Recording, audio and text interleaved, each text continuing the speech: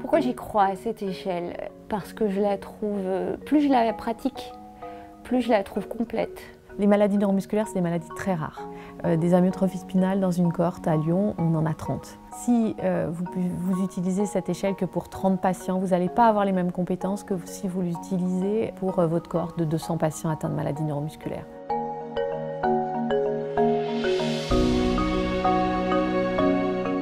Alors, la MFM, mesure de fonction motrice, c'est une échelle d'évaluation de la fonction motrice chez les patients, utilisable chez les patients avec maladies neuromusculaires, quelle que soit leur maladie neuromusculaire, mais le plus souvent, c'est des maladies neuromusculaires à début possible dans l'enfance. Elle s'adresse aux patients âgés de 2 à 60 ans en théorie, donc avec une forme courte qui est la MFM 20 entre 2 et 7 ans et une forme complète qui est la MFM 32 entre 6 et 60 ans.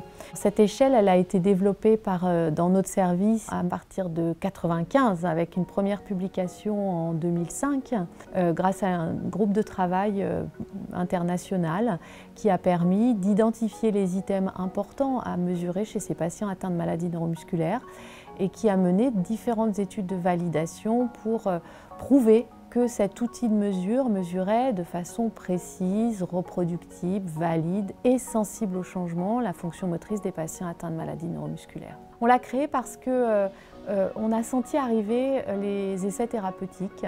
Donc du coup, la fonction motrice, ça devient un vrai critère d'évaluation pertinent des nouvelles molécules dans les essais thérapeutiques. Donc c'est pour ça que d'emblée, on s'est axé sur une échelle générique pour les maladies neuromusculaires pour améliorer peut-être la reproductibilité et l'utilisation généralisée.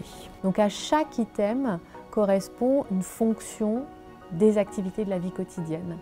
Et je pense que c'est ça qui est le plus intéressant dans notre échelle. Je trouve qu'elle nous permet vraiment de comprendre les activités de la vie quotidienne. Plus je la connais et plus j'arrive à faire le lien sur la présentation de l'enfant ou de l'adulte, sur en fait ce qu'il est capable de faire dans son quotidien. Je trouve que c'est un outil pour moi qui me permet assez rapidement d'avoir quand même une idée précise des capacités fonctionnelles de la personne. Il faut que cette échelle soit faite de façon très précise. Les items, ils ont un sens, elles ne sont pas faites comme ça par hasard.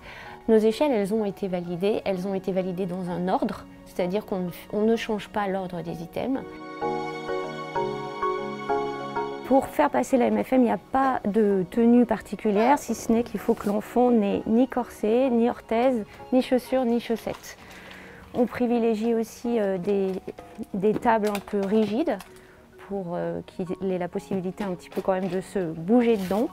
L'avantage aussi de la MFM, c'est qu'elle a été réfléchie pour qu'il y ait très peu de matériel spécifique. C'est-à-dire que dans toute salle de rééducation, on peut trouver une table réglable en hauteur, on peut trouver des coussins, on peut trouver des tables, des chaises. C'est vraiment le seul matériel spécifique pour la passation de cette échelle. Le secret de la reproductibilité de cette échelle, c'est de la faire toujours dans les mêmes conditions. C'est hyper précis, mais le fait que ça soit hyper précis, c'est ça qui fait aussi que on cherche tous à évaluer le même mouvement et qu'on n'a pas de facteurs externes qui vont nous embêter dans la cotation. Pour éviter d'avoir à chercher son matériel de partout, nous on a des sacs dans lesquels on a le matériel de la MFM avec les pièces de 10 centimes, avec la balle de tennis, tout qui est prêt. Et comme ça, quand on fait passer une évaluation, on ne passe pas du temps à rechercher du matériel, il ne nous manque rien. Pour rendre une évaluation plus ludique, il faut la connaître, il faut pouvoir l'agrémenter tout en maintenant la rigueur de la position de départ, la rigueur des mouvements qu'on attend, mais en tout cas, il faut pouvoir la faire passer de manière fluide. Il faut toujours avoir son manuel d'utilisation. Il a été fait exprès avec une spirale, il y a un item par page. Tous les items sont construits de la même façon. Il y a une partie qui nous permet de savoir dans quel domaine on va se trouver, si on se trouve dans la partie station debout, dans la partie motricité proximale, c'est-à-dire mouvement des épaules, des hanches, et la partie plutôt distale. Et puis on a la position que le patient doit être capable de prendre.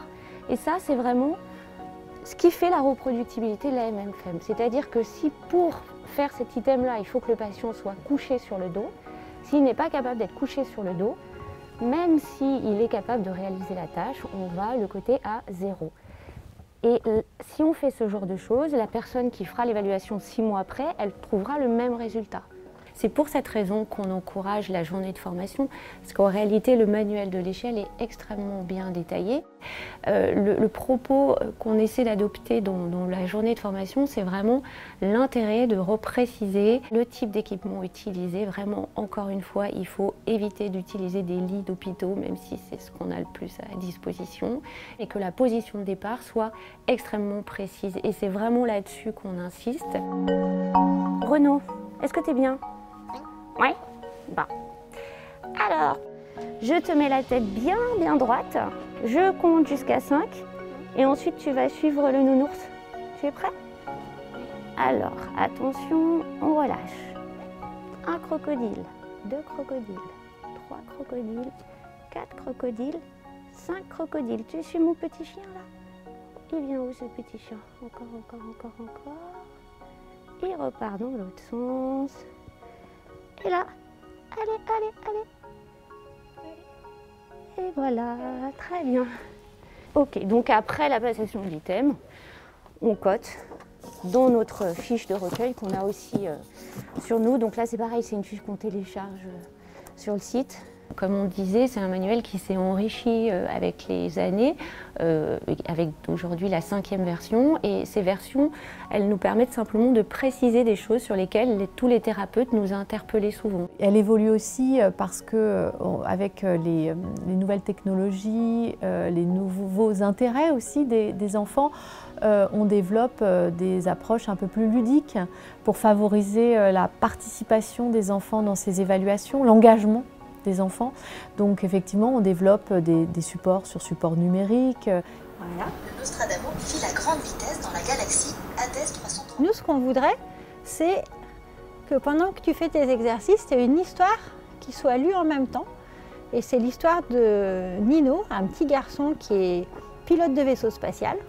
L'idée, c'est que l'évaluation, elle soit beaucoup mieux vécue, tout en ayant en plus des résultats beaucoup plus fins pour les thérapeutes. C'est-à-dire que c'est intéressant pour l'enfant, c'est intéressant pour le thérapeute pendant la passation, et c'est intéressant globalement pour que le test soit plus fort, plus précis. La MFM, elle nous permet d'évaluer nos patients avec maladies neuromusculaires dans l'objectif ultime de mieux les accompagner au quotidien et de favoriser leur participation optimale dans la vie de la société en mettant en place les interventions thérapeutiques ou les adaptations de l'environnement nécessaires.